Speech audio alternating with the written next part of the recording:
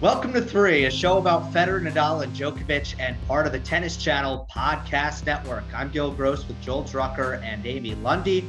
Novak Djokovic is in the midst of his round-robin stage, 2 matches down at the time of recording, a 2-0 record at the ATP Finals in Turin. We will get to that, talk about his upcoming semifinal match with Zverev, but first, Roger Federer this is always kind of a corny phrase that we use in the media. He has broken his silence, but it's maybe appropriate this time. Usually it's very corny. But Federer breaks the silence about his recovery from injury and does an interview. So we do have quotes. This was with Swiss media, but it's been translated to English by a fellow by the name of Simon Graf. So let's run through that. And I just want to start off with the first thing he said about his return. Very cut and dry. He says, I would be incredibly surprised if I were to play again already at Wimbledon. Australia is not an option at all, but that's no surprise for me. Even before the operation, we knew that a break of many months would be necessary afterwards. So we have some insight into Roger's schedule. It's not great news if you were hoping to see Roger early in 2022. No, it's frustrating. Many moons ago on this show, I said it would be helpful if we knew what the injury was. And one of the big takeaways from this long interview that Roger gave was that we know now that it's a meniscus problem. So it's not a ligament, the ACL or the MCL. And to me, that's good news. I mean, I have friends that play through their torn meniscus and it heals spontaneously and they don't even need surgery. I have friends that have had a meniscus tear and have had minimally invasive surgery, which may be what Roger tried to have in the beginning. It's just overall doesn't tend to be as serious of a deal. So I can see why Roger would say, I'm not going to retire just yet. And I'm glad that we now have clarity on that. And I know that a lot of his fans have been suffering in limbo. So I thought this was a good thing for him to give an interview. I think that's nice to know as well. There was also cartilage work done.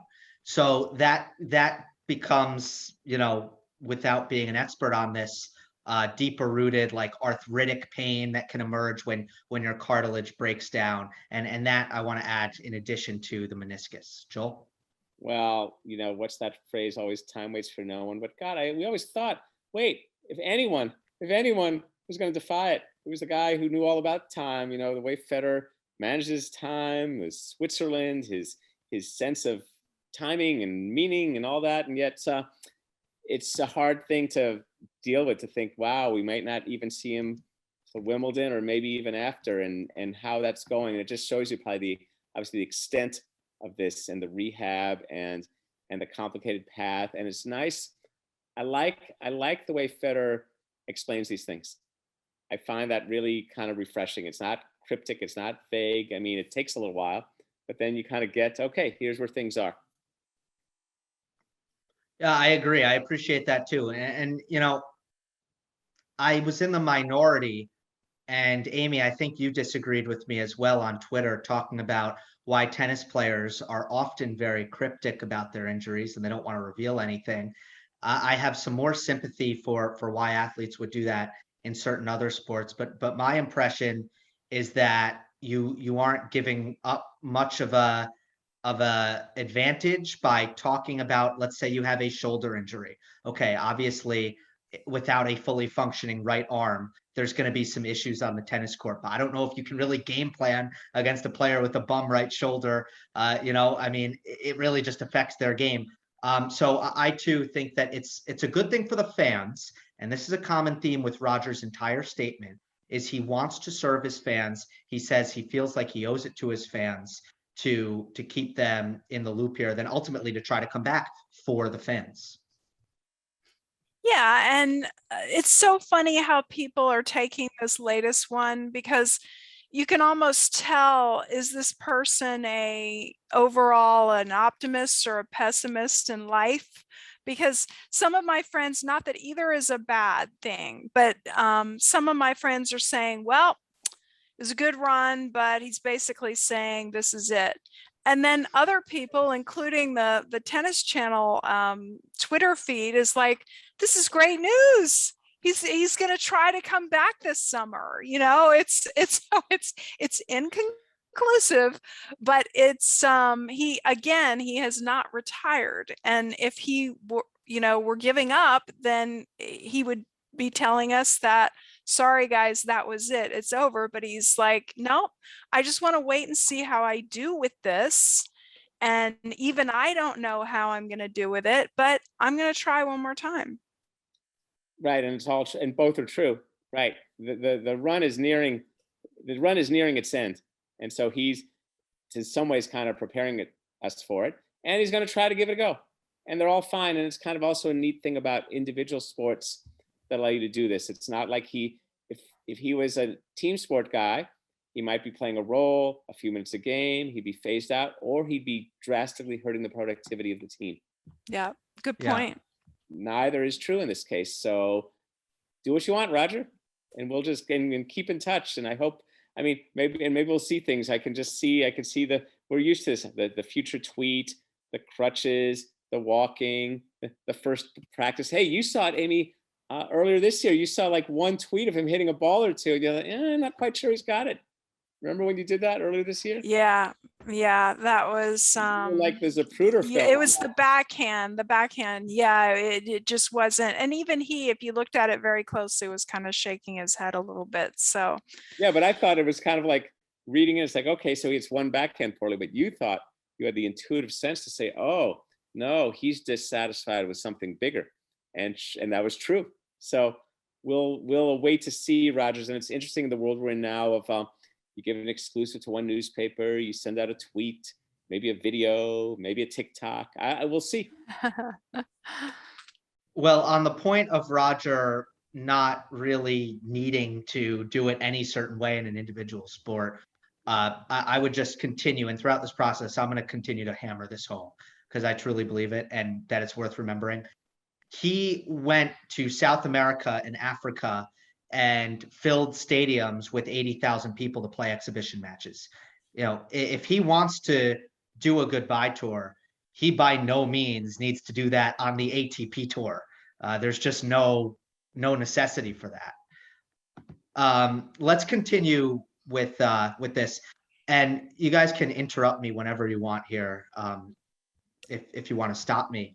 But first of all, continuing what he says, talking about why it took him so long to speak. I said I wanted to wait for the first major checkup before making a public statement, and the checkup was very encouraging. I have started a long rehabilitation process in which I put all my heart and soul, but the situation is not the same as in 2016. I have to be patient, basically saying this time I have to be more patient. About his injury, the examinations after the grass season revealed that my right inner meniscus was injured again. It had to be stitched, which required a certain period of immobilization, and the doctors took the opportunity to treat my cartilage as well. On his timetable, the doctors say that I will be able to jog lightly in January and gradually return to the court, gently. They don't know, but I've already been playing a bit of tennis with the kids. Then in March or April, I can start training again in and I love this term, a tennis-like way. That's shade on the kids. That means tennis with the kids is not tennis. That's what he's saying. I may have been playing pickleball. Maybe he was playing pickleball. But the thing about, look, the 5 years between 35 and 40, the extent of the injury, we don't know all of it, but he's given some idea of it. I think that was very thoughtful, Gill. You're right about Federer.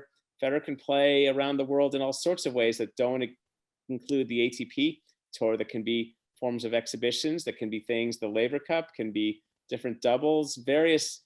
I think you can play the Laver Cup till he's 50, assuming he becomes healed enough to play tennis. Yeah, not tennis with the kids. That is kind of funny. Gil, I think you need to.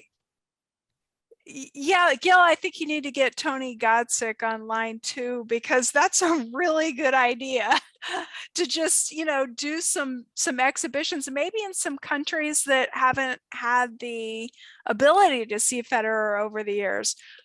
That being said, I really do think that he should and will try to play one of the slams again, because that's just, it's like where all the fans gather and where all the tennis world, their attention focuses on the slams. So it sounds like from his comments that he will try to show up at a slam again.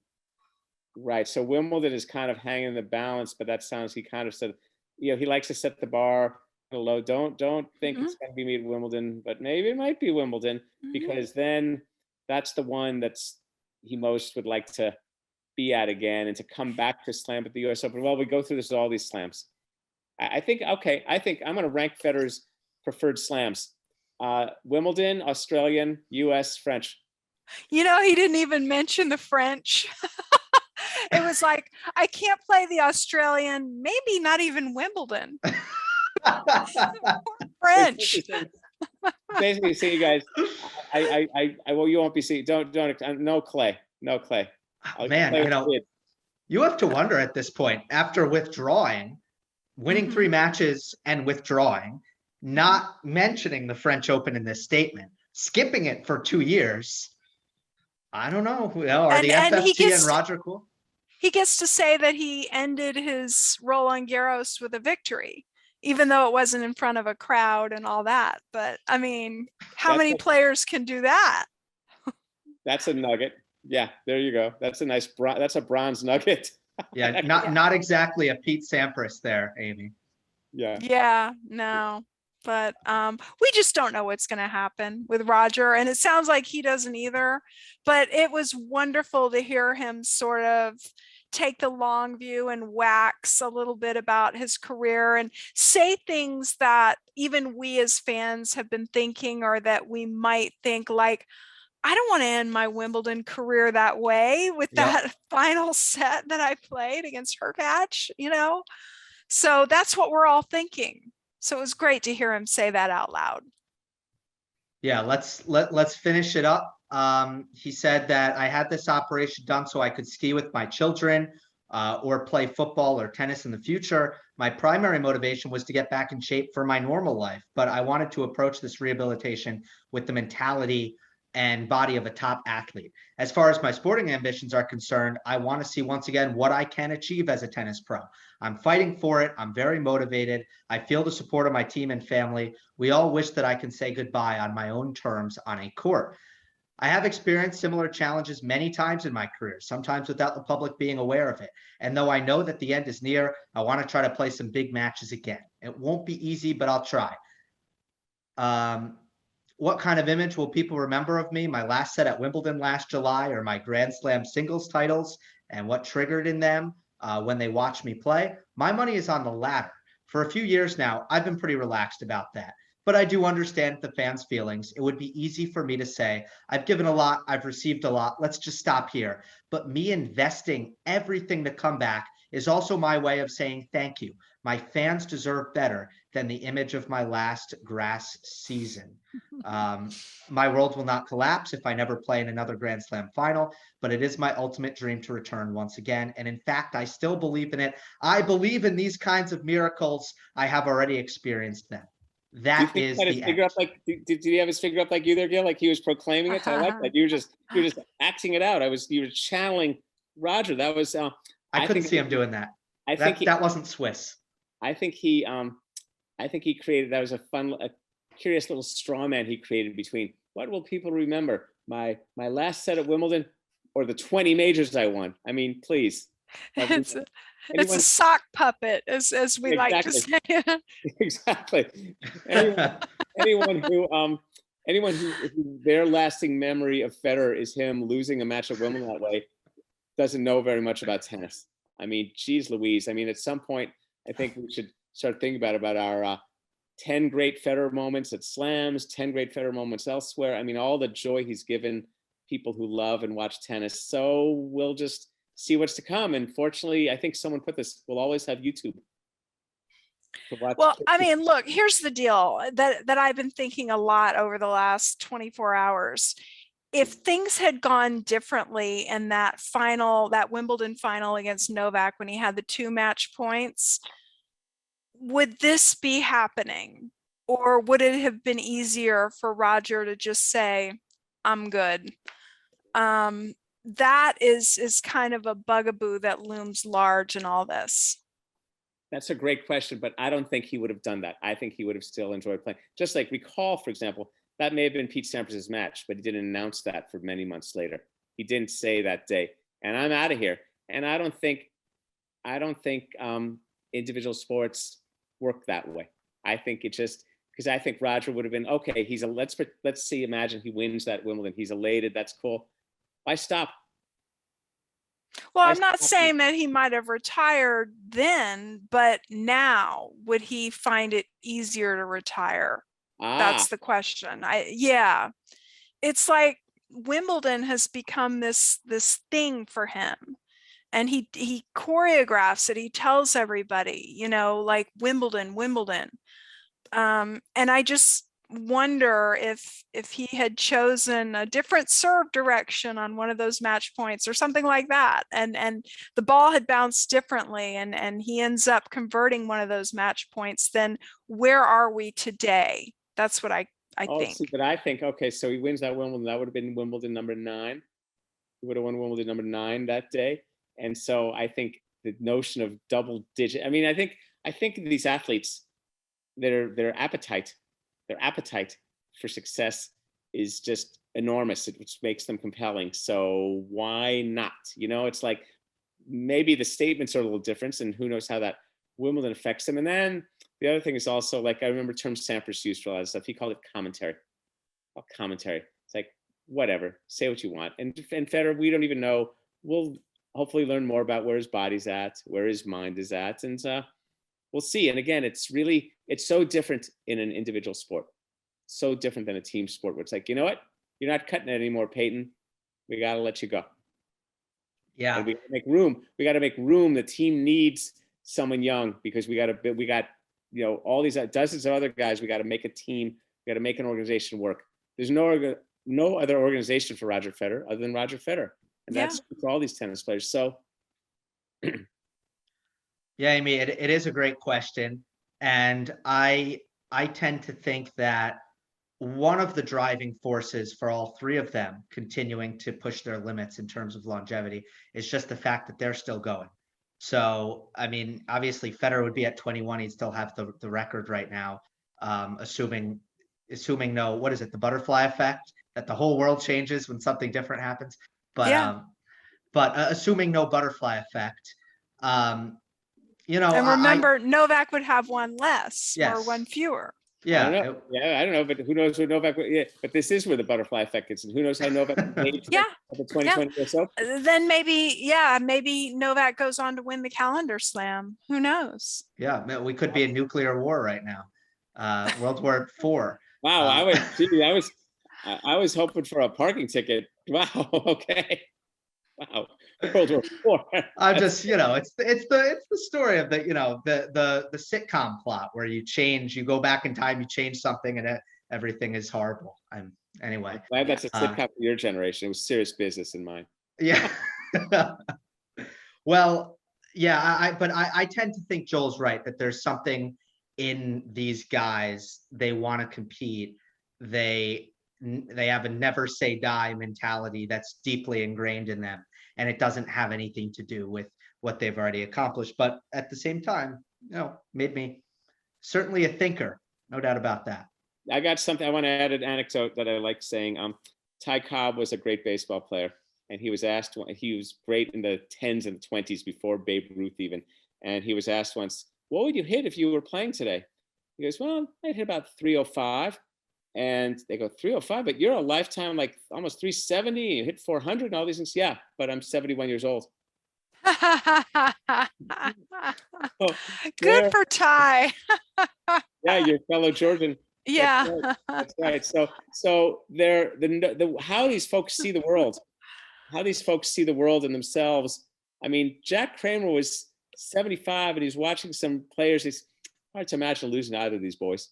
You know, it's just that's and Roger, as kind and magnanimous as he is, you know, these guys are sharks, man. Mm-hmm. They don't want to give that up. Yeah. All right. Speaking of sharks, Novak Djokovic 2-0 in the group stage, taking out Casper Ruud, and then dismissing really swiftly of Andrei Rublev. Joel, did you notice anything in his first 2 round robin matches? He's serving really well, and he's as some of our colleagues like to say, he's attaining purchase with that serve. That serve, he's serving aces. He's opening up the court. I mean, it's a little altitude there, about 800 feet, and it's kind of fast. So that's no doubt helping. But that's a really great thing, and I think it shows again the Novak, the constant commitment to improvement and working on things, and kind of what we talked recently about him serving and volleying. Now we're talking about him serving. I mean, and this is all the kind of the autumn statement after the U.S. Open and that loss there, but also kind of the prelude to 2022. And it's impressive. Saw him play some doubles in Paris a couple of weeks ago, which might be a prelude to some things he might need to do in Davis Cup.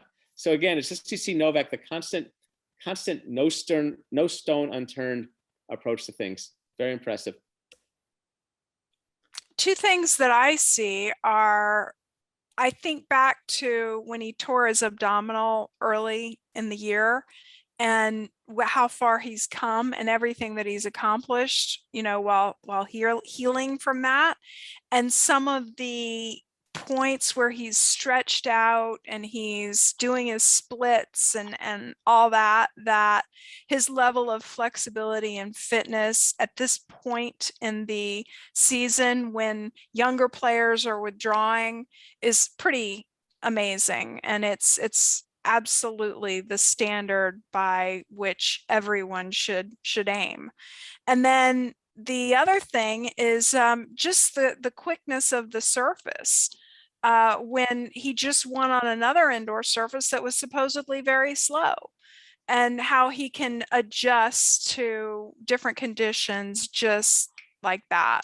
So it's really, it puts him up there not only as possibly the greatest tennis player, if not the greatest tennis player ever, but maybe one of the greatest sportsmen ever. The movement, the flexibility point, Amy, we should really be careful not to take that for granted. Yeah. Because the fact that that's not going away at this age, I mean, it would be completely forgivable if it did. And quite frankly, Rafa Nadal used to be able to do those things as well. And he just can't, his body, and he's 1 year older, it doesn't do those things anymore when it comes to agility and flexibility. So we have that side by side. They don't have to be the same. They've always been different body types. But if you're making that comparison, or really, just anyone, it doesn't need to be Nadal, but this is what the show is about.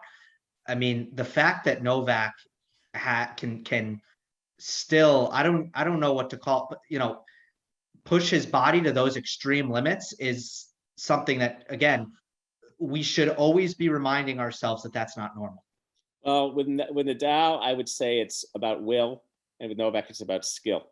I mean, Nadal's agility and movement was based a lot on his incredible competitive will. Now he did not less skilled. I mean, this is the thing that's made Nadal appealing to people who don't know tennis as well. You just see that matador warrior getting to balls and all that, and obviously agile. But Novak, I mean, this stuff is worked on. You see it goes way back to his training and his ground strokes and his command and his ready position. I just picture him as a child bringing his racket and his lunch bag to the lesson and just doing everything she told him to do.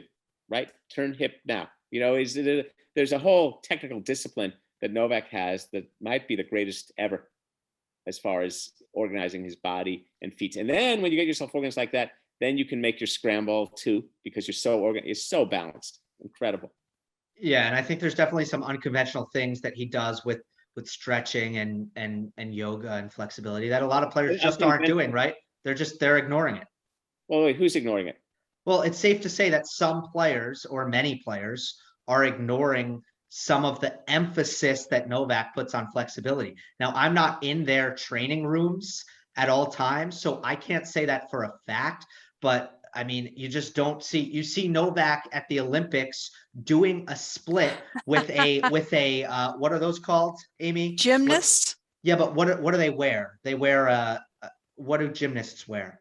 Leotard? A leotard. He's in a leotard doing a split. Joel, this is not something that we see from other players, so I'm willing to bet that other players are not concerned about whether or not they can do a split, but Novak is. Well, I don't know, but we don't know about other players. But what I will say, I suspect any skill, I liken it to like compound interest from starting like an IRA at a younger age. And so Novak is obviously, this has been his whole career, these things, particularly the last 10, 12 years of the diet and the fitness and each of these steps that he takes. I mean, I don't know.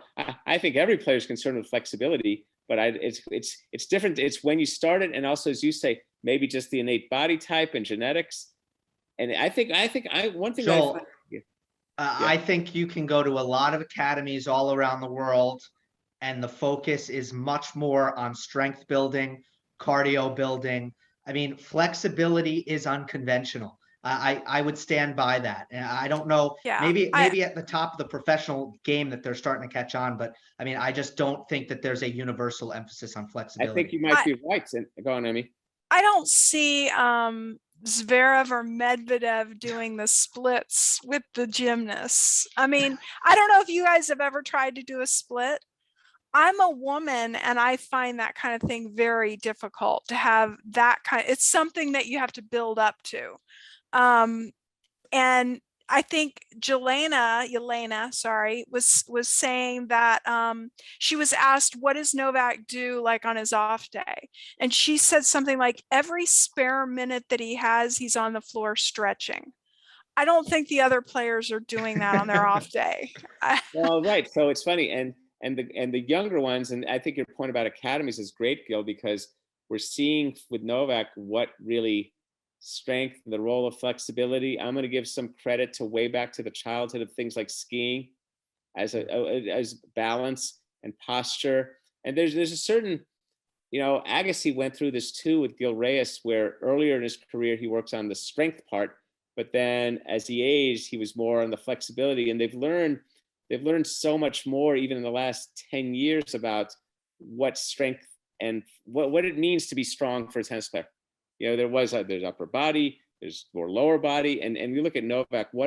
It's just amazing. And I hope we learn more about what it truly was, what those stretches are, and again, so that academies work on this stuff and figure out how to get young players doing this. Yeah. One point before we move on to Zverev, for me, is just the Rublev head-to-head is fascinating, because I did find it somewhat predictable. What does Rublev bring to the table? He's excellent at attacking righty backhands. His patterns, it works very well for him. Novak, best backhand in the world. And he delivers a lot of pace, and he takes a lot of time away.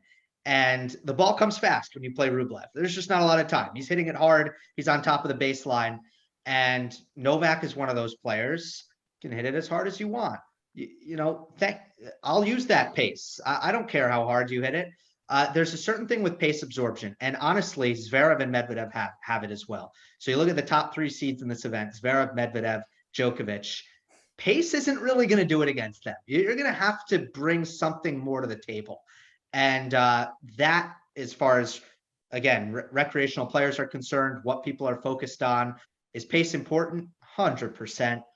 But it's interesting. Best three players in the world, not too bothered by it. Best three players in the world active right now at the Turin finals. That's an excellent point. But you see the limitations then of Rublev. You see Rublev hitting a wall because he basically has a fairly narrow set of skills, because he's not much of a volleyer. He doesn't alter paces, so he's just going to kind of throw some big punches and beat a hell of a lot of players. I mean, he's a fantastic player, but again, now you come up against these bigger guys who are kind of good at both. I mean, you watch Zverev is interesting, and let's dig into him. He's 6'6", and they're both 6'6", but there's a certain counterpuncher aspect to both of them at times, right? They're kind of absorbing and then throw it back and then throw it big. They are counterpunchers. I don't think,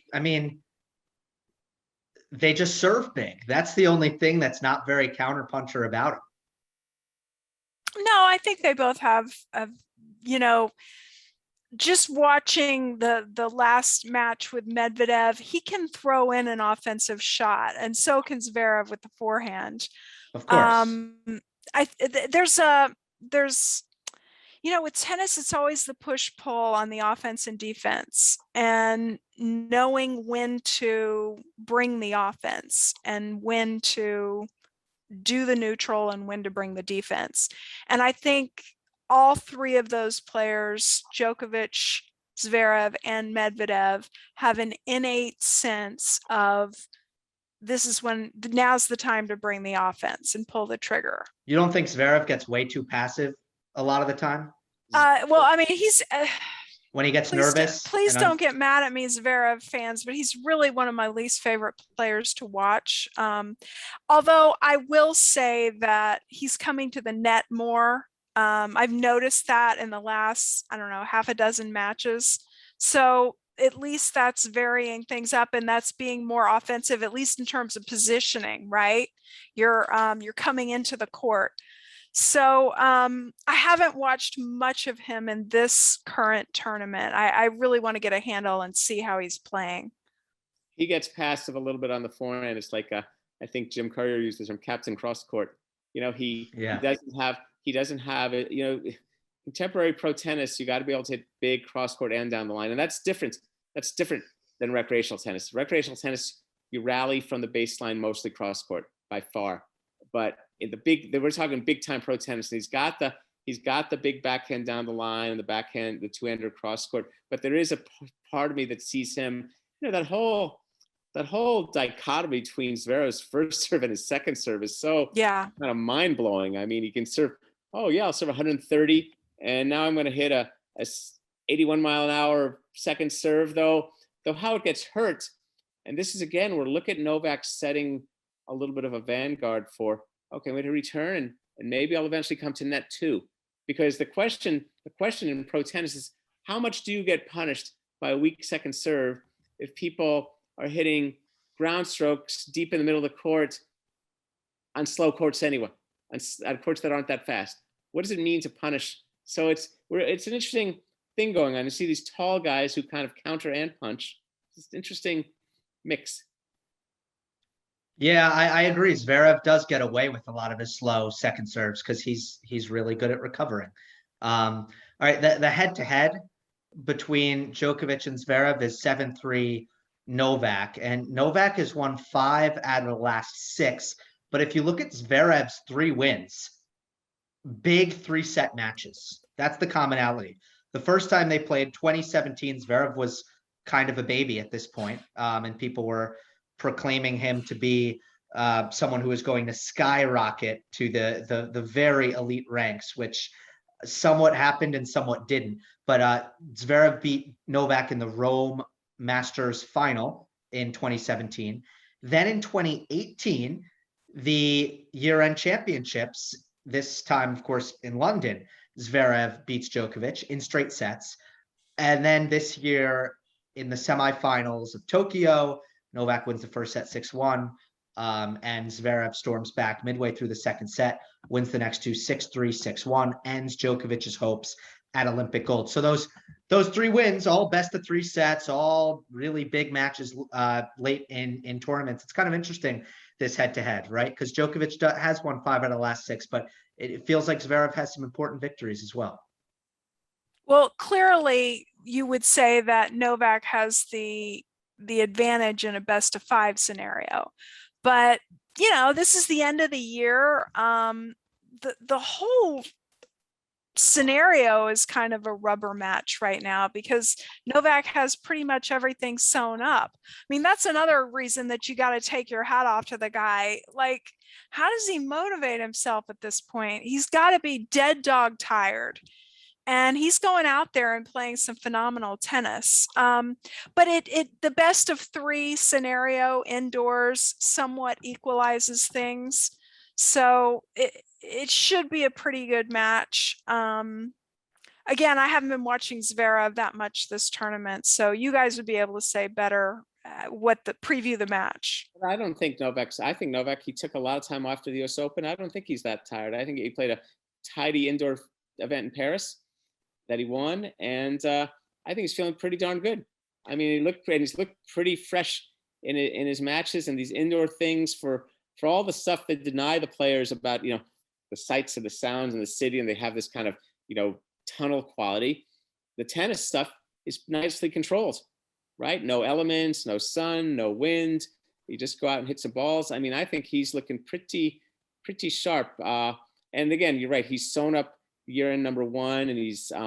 But I think he'd like to win. He'd like to win this title. And I think what motivates some of these players is just winning today's match. I mean, sometimes we look at history and the big picture. It's like, I just want to beat this guy today. Yeah. Beat someone today. That's what I do. I like it. Yeah. You don't wake up in the morning and think, maybe I'll lose. Maybe I'll lose today. I think that, first of all, what worries me would be less fatigue, but more, I've always been kind of dubious of the motivation with Novak recently at this time of year, but he looks great so far. So I don't know.